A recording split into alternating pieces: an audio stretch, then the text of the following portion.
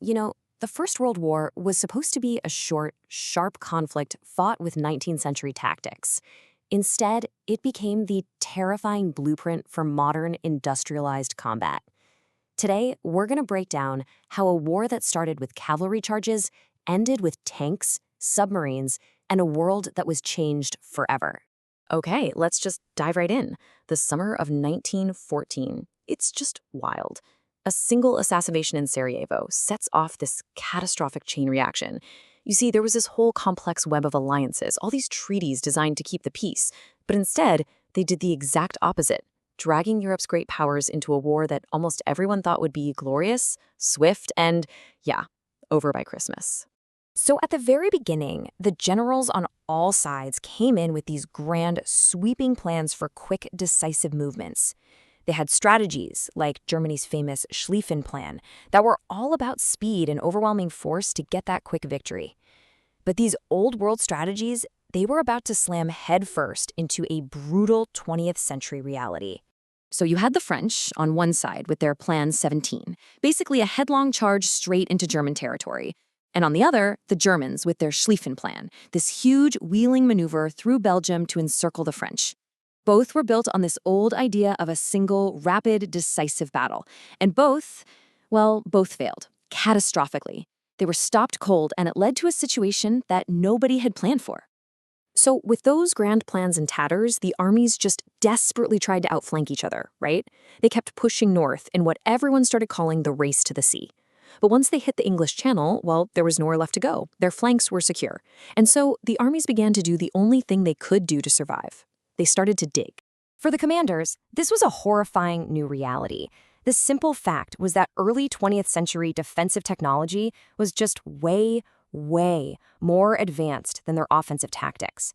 I mean, how could you possibly order your men over the top when you knew they'd just be mowed down by machine guns and obliterated by modern artillery?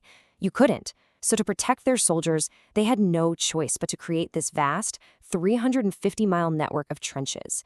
And just like that, the bloody stalemate of the Western Front was born. Okay, so the front lines are frozen, literally stuck in mud and wrapped in barbed wire. The war now becomes a question of innovation. What do? Well, you get inventive. Both sides started desperately searching for new technological solutions, anything to break through the enemy's defenses. This deadlock kicked off this incredible and frankly terrifying period of military invention. One of the first horrific solutions was poison gas. If you're a commander, the logic is brutal, but it's simple. How do you clear an enemy trench without sending your guys into a meat grinder? At Ypres, the Germans unleashed this creeping cloud of chlorine gas. It choked the Allied soldiers, forcing them to run for their lives. But this new weapon was quickly countered by pretty crude gas masks, which of course just started a deadly chemical arms race. This right here, this contrast says it all. You have the ideal of the glorious cavalry charge, right? A total relic of the 19th century, completely shattered by machine guns.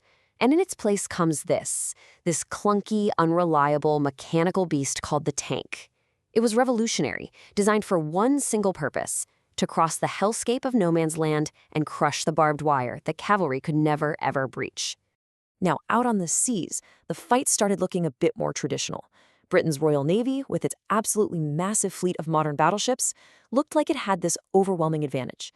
And that power allowed Britain to set up a naval blockade of Germany, slowly but surely strangling its access to food and raw materials. But Germany had a secret weapon, a real game changer. It was a tool that could challenge a superior force by completely changing the rules of the fight. The undersea boat, or U-boat. This new tech just upended centuries of naval tradition. Suddenly, a single submarine could sneak past entire fleets of battleships, attack totally undetected, and sink huge vessels with a single torpedo. It was a direct threat to Britain's very lifeline. And with this declaration of a war zone, naval warfare was transformed. It wasn't just about ships fighting ships anymore. No way. Germany's U-boats began targeting any and all merchant ships heading for Britain. This wasn't just a blockade, it was a ruthless campaign of economic warfare designed to starve the entire British home front into surrendering. So here's the thing. All these new technological toys, the gas, the tanks, the U-boats, none of them were delivering that one clean knockout punch everyone was hoping for. So the very definition of winning started to change. Commanders on both sides realized this war wasn't going to be won with some brilliant maneuver. It was going to be won by simply outlasting the enemy. 57,000. Just let that number sink in for a second. That's how many casualties the British Army took on the very first day of the Battle of the Somme. For commanders, this was the new, horrific math of the war. Battles weren't about capturing a patch of ground anymore. They were about bleeding the enemy dry, inflicting such insane, unsustainable losses that their entire nation would just break. And this logic, noted during the Somme, is just chilling when you hear it out loud. It reveals the core of this new attrition warfare. It became a brutal contest to see whose population and whose economy would collapse first. Victory was no longer about a flag on a hill, it was about being the last man standing. This strategy of exhaustion meant the war wasn't just fought by soldiers living a nightmare in the trenches. No, it reached all the way back home. While the men were facing this industrialized slaughter, their families were living a different kind of nightmare.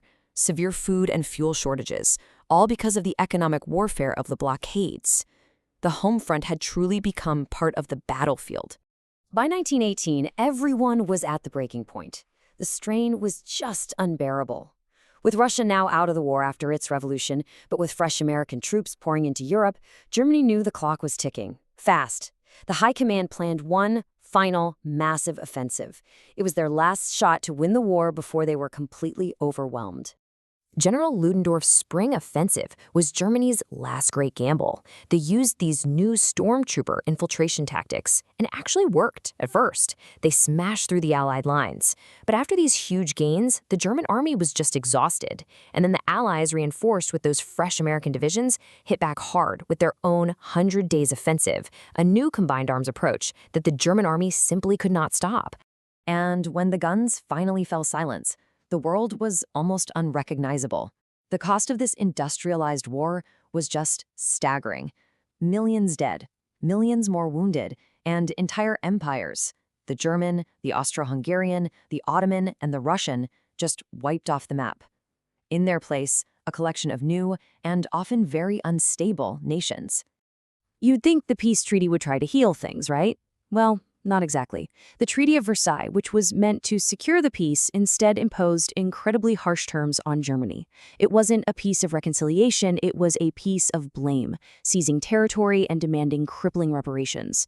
It created this deep well of resentment that would poison things for decades.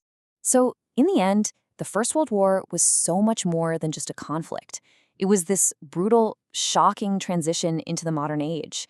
It was a crucible where new technologies forged a newer, more terrible kind of warfare. And its unresolved, bitter ending would echo throughout the entire 20th century, leaving us with a really haunting question. Was the Great War truly the war to end all wars? Or was it just the first act in a much, much larger tragedy?